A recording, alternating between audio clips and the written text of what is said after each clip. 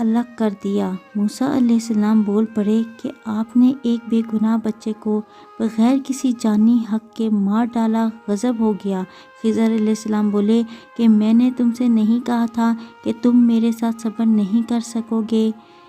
ابن ابینا کہتے ہیں کہ اس کلام میں پہلے سے زیادہ تاکید ہے، کیونکہ پہلے کلام میں لفظ لک نہیں کہا تھا، اس میں لک زائد کیا، جس سے تاکید ظاہر ہے۔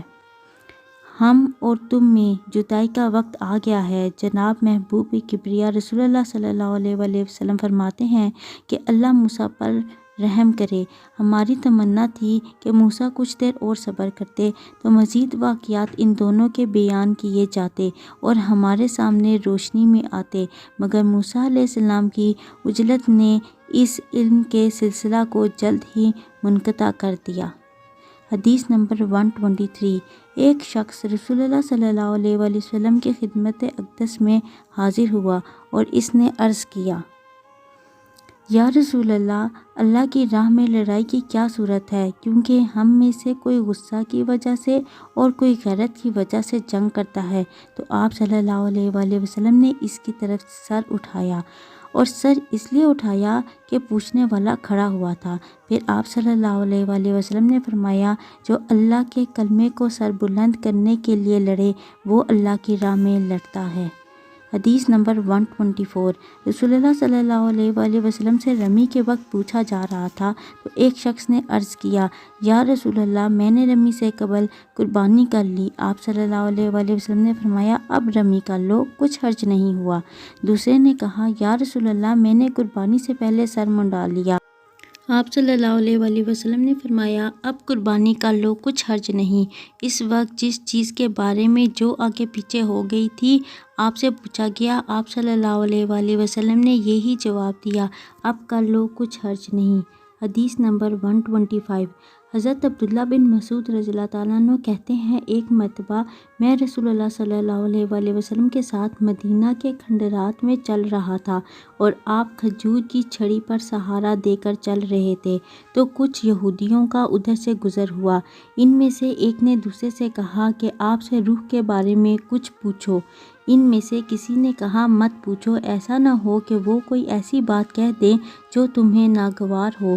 مگر ان میں سے بعض نے کہا کہ ہم ضرور پوچھیں گے۔ پھر ایک شخص نے کھڑے ہو کر کہا، اے ابو القاسم، روح کیا چیز ہے؟ آپ صلی اللہ علیہ وآلہ وسلم نے خاموشی اختیار فرمائی۔ میں نے دل میں کہا کہ آپ پر وحی آ رہی ہے، اس لیے میں کھڑا ہو گیا۔ جب آپ صلی اللہ علیہ وآلہ وسلم سے وہ کیفیت دور ہو گئی تو آپ صلی اللہ علیہ وآلہ وسلم نے قرآن کی یہ آیت جو اس وقت نازل ہوئی تھی تلاوت فرمائی، اے نبی، تم سے یہ لوگ روح کے بارے میں پوچھ رہے ہیں، کہہ دو کہ روح میرے رب کے حکم سے ہے اور تمہیں علم کا بہت تھوڑا حصہ دیا گیا ہے، اس لیے تم روح کی حقیقت نہیں سمجھ سکتے۔ حدیث نمبر 126۔ رسول اللہ صلی اللہ علیہ وآلہ وسلم نے ارشاد فرمایا کہ اے عائشہ، اگر تیری قوم دور جہالت کے ساتھ قریب نہ ہوتی بلکہ پرانی ہو گئی ہوتی۔ ابن زبیر رضی اللہ تعالیٰ عنہ نے کہا، یعنی زمانہ کفر کے ساتھ قریب نہ ہوتی تو میں کعبہ کو توڑ دیتا اور اس کے لیے 2 دروازے بنا دیتا، ایک دروازے سے لوگ داخل ہوتے اور دوسرے دروازے سے باہر نکلتے۔ بعد میں ابن زبیر نے یہ کام کیا۔ حدیث نمبر 127۔ حضرت علی رضی اللہ تعالیٰ عنہ کا ارشاد ہے کہ لوگوں سے وہ باتیں کرو جنہیں وہ پہچانتے ہوں۔ کیا تمہیں یہ پسند ہے کہ لوگ اللہ اور اس کے رسول کو جھٹلا دیں؟ حدیث نمبر 128۔ ایک مرتبہ معاذ بن جبل رضی اللہ تعالیٰ عنہ رسول اللہ صلی اللہ علیہ وآلہ وسلم کے پیچھے سواری پر سوار تھے۔ آپ صلی اللہ علیہ وآلہ وسلم نے فرمایا، اے معاذ، میں نے عرض کیا، حاضر ہوں یا رسول اللہ۔ آپ صلی اللہ علیہ وآلہ وسلم نے دوبارہ فرمایا، اے معاذ، میں نے عرض کیا، حاضر ہوں اے اللہ کے رسول۔ آپ صلی اللہ علیہ وآلہ وسلم نے 6 بار فرمایا، اے معاذ، میں نے عرض کیا، حاضر ہوں اے اللہ کے رسول۔ 3 بار ایسا ہوا۔ اس کے بعد آپ صلی اللہ علیہ وآلہ وسلم نے فرمایا کہ جو شخص سچے دل سے اس بات کی گواہی دے کہ اللہ کے سوا کوئی معبود نہیں ہے اور محمد صلی اللہ علیہ وآلہ وسلم اللہ کے سچے رسول ہیں، اللہ تعالیٰ اس کو دوزخ کی آگ پر حرام کر دیتا ہے۔ میں نے کہا یا رسول اللہ، کیا اس بات سے لوگوں کو باخبر نہ کر دوں تاکہ وہ خوش ہو جائیں؟ حدیث نمبر 129۔ رسول اللہ صلی اللہ علیہ وآلہ وسلم نے ایک روز معاذ رضی اللہ تعالیٰ عنہ سے فرمایا کہ جو شخص اللہ سے اس کیفیت کے ساتھ ملاقات کرے کہ اس نے اللہ کے ساتھ کسی کو شریک نہ کیا ہو، وہ یقیناً جنت میں داخل ہوگا۔ معاذ بولے یا رسول اللہ، کیا میں اس بات کی لوگوں کو بشارت نہ سنا دوں؟ آپ صلی اللہ علیہ وآلہ وسلم نے فرمایا نہیں، مجھے خوف ہے کہ لوگ اس پر بھروسہ کر بیٹھیں گے۔ حدیث نمبر 130۔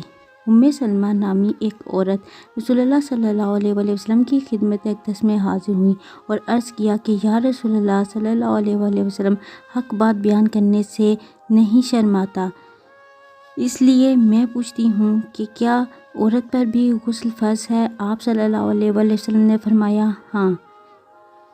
جزاک اللہ۔